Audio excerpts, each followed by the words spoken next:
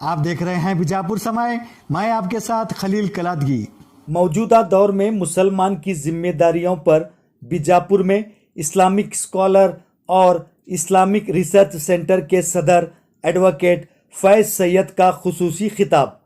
तारीखी शहर बीजापुर में जमीयत अहले हदीस, मस्जिद फ़ातिमा और सिरात मुस्तकीम जमात अहले हदीस बीजापुर के ताउन से कल यानी 25 मार्च 2022 बरोज़ जुमा शहर के ग्रीन पार्क नवबाग मोहल्ले में वाक़े मस्जिद फ़ातिमा अहले हदीस में मगरिब नमाज के बाद एक इजलास आम मुनक़्क़िद किया गया था, जिसमें बीजापुर पहुँचे मशहूर इस्लामिक स्कॉलर और इस्लामिक रिसर्च सेंटर के सदर एडवोकेट फैज़ सैयद का ख़ास तौर पर मौजूदा दौर में मुसलमान की जिम्मेदारियों के उन्वान पर खुसूसी खिताब हुआ, जिसमें बात करते हुए एडवोकेट फैज़ सैयद ने बड़े ही बेहतरीन अंदाज में मौजूदा दौर में मुसलमान की जिम्मेदारियों के उन्वान पर अपनी रोशन ख्याली का इजहार करते हुए ज़रीन ख्यालात पेश किए और आए हुए लोगों के सवालात का मौज़ून, तसल्ली बख्श और पुरखुलूस जवाब दिए। इस इजलास आम में ख़वातीन के लिए भी मखसूस इंतज़ाम किया गया था। इस मौके पर हमसे ख़ास बात करते हुए इस्लामिक स्कॉलर और इस्लामिक रिसर्च सेंटर के सदर एडवोकेट फैज़ सैयद ने अपने रोशन ख्याली का बेहतरीन इजहार करते हुए हमारे जानिब से हिजाब को लेकर पूछे गए सवालों के जवाब देते हुए कॉलेज और सरकार से अपील करते हुए कहा कि लड़कियों को तालीम हासिल करने में हिजाब दीवार ना बने, ऐसा सरकार इंतज़ाम करने की बात करते हुए कॉलेज और सरकार से हिजाब की इजाज़त देने की गुजारिश की एडवोकेट फैज़ सैयद ने। आइए जानते हैं क्या कहना है इस्लामिक स्कॉलर और इस्लामिक रिसर्च सेंटर के सदर एडवोकेट फैज़ सैयद का।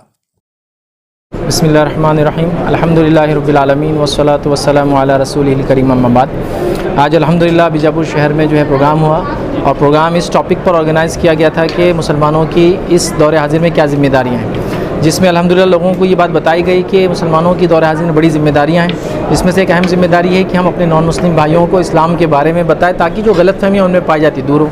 इसी तरह इसमें हमने देखा और लोगों को उभारा उम्मत मुस्लिमा को कि वो एजुकेशनल इंस्टीट्यूट डालें और इसी तरह तालीम के अंदर आगे बढ़ें। हमने इस प्रोग्राम के अंदर लोगों को, मुसलमानों को इस चीज़ के लिए भी गाइड किया कि वो किस तरह से जो है स्किल डेवलपमेंट के लिए, ताकि लोग रोज़गार से लगें, एम्प्लॉयमेंट के लिए ताकि लोग रोज़गार हासिल करें, लोग हुनरमंद बने। इसके साथ साथ हमने ये देखा कि किस तरह से क्लीन एनर्जी और ग्रीन एनर्जी के लिए मुसलमान खड़े हों, झाड़ लगाने की अहमियत बहरहाल मैंने इस लेक्चर के अंदर मुसलमानों को बताई। इसी के साथ हमने देखा कि हेल्थ केयर सिस्टम हमारे कंट्री के अंदर बहुत पुअर है, याद रखिए। तो हमने कम्युनिटी को उभारा कि अपने ज़कात और सदक़ात के ज़रिए वो जो हेल्थ केयर सिस्टम को जो है बूस्ट करें, ताकि जो मुसलमान गरीब है और उसके साथ साथ इंसानियत आकर जो है इससे जो फ़ायदा उठा सकें।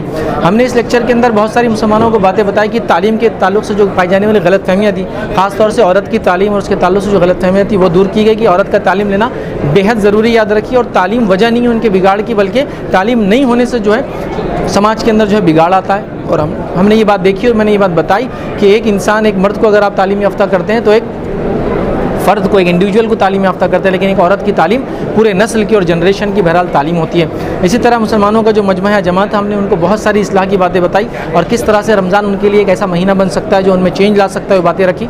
और इसी पे जो है बहरहाल हमने कंक्लूड किया और मुसलमानों को अपील की कि वो अपने ज़कात सदक़ात को सही जगह चैनलाइज़ करें, ताकि उम्मत मुस्लिमा अपने फ़ंड्स को, अपने पैसे को, अपनी माल दौलत, सलाहियत और अक्ल और इल्म को इस मुल्क के लिए और समाज और कम्युनिटी के डेवलपमेंट के लिए इस्तेमाल करें। और इसी भी इस प्रोग्राम का अख्तिताम हुआ। जानते हैं हिजाब मामला बहुत तूल पकड़ा हुआ है, तो हालांकि हाईकोर्ट का फैसला भी आ चुका है।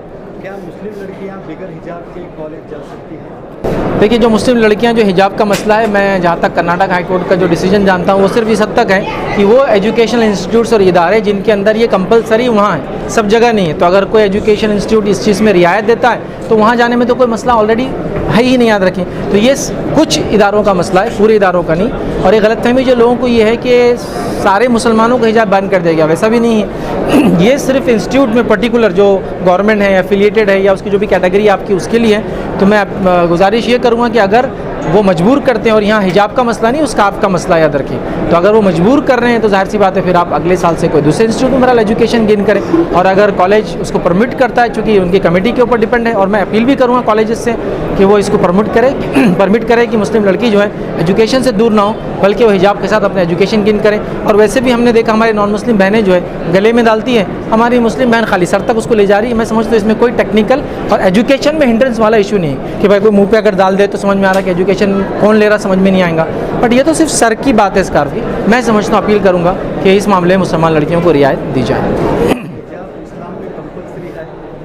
देखिए हिजाब जो है इस्लाम का इंटीग्रल पार्ट है और एसेंशियल पार्ट है, याद रखिए, मतलब ज़रूरी चीज़ याद रखिए। ये बात हमको ट्रेडिशन से मिलती है, प्रॉफिटिक ट्रेडिशन, प्रेषित मोहम्मद सल्लल्लाहु अलैहि वसल्लम के समय में ये हुआ, कुरान ने इसका हुक्म और आज्ञा दिया, और 7 मुकामात पे तकरीबन इसको हिजाब, जिल्बाब, खिमार अलग अलग नामों से इसको खिताब किया गया। तो लिहाजा ये इंटीग्रल पार्ट है मुस्लिम कम्युनिटी का। और मैं अपील भी करूँगा गवर्नमेंट एजेंसी से जो इस बात को सुन रही है कि वो हिजाब की इजाज़त दे, वरना कहीं ऐसा ना हो कि हिजाब ना करने देने की वजह से बच्ची को एजुकेशन से रोक ना दिया जाए। तो लिहाजा ऐसा ना करे, बल्कि अगर गवर्नमेंट चाहती है कि बच्ची का, लड़की का एजुकेशन हो, तो प्लीज़ इस चीज़ को ध्यान में रखते हुए हिजाब से कोई हिंड्रेंस इंशाल्लाह उसके एजुकेशन में नहीं आएंगे। कर्नाटक हाई कोर्ट ने तो हिजाब मामले पर फैसला सुनाते हुए कहा कि हिजाब इस्लाम का कोई ज़रूरी हिस्सा नहीं है। तो ये कर्नाटक हाई कोर्ट का डिसीजन एक है, और इसके साथ साथ कर्नाटक हाई कोर्ट के डिसीजन से पहले का एक डिसीजन केरला हाई कोर्ट का ही मौजूद है, उसको भी आप देखिए, उसमें उसको एसेंशियल पार्ट माना गया है। तो मैं समझता हूँ कर्नाटक हाई कोर्ट ने जो डिसीजन दिया, आगे सुप्रीम कोर्ट में उसकी अपील है। उम्मीद करता हूँ इंशाल्लाह सुप्रीम कोर्ट इस मामले में सही डिसीजन और फैसला देंगे। जुड़े रहिएगा आपके अपने चैनल बीजापुर समय के साथ।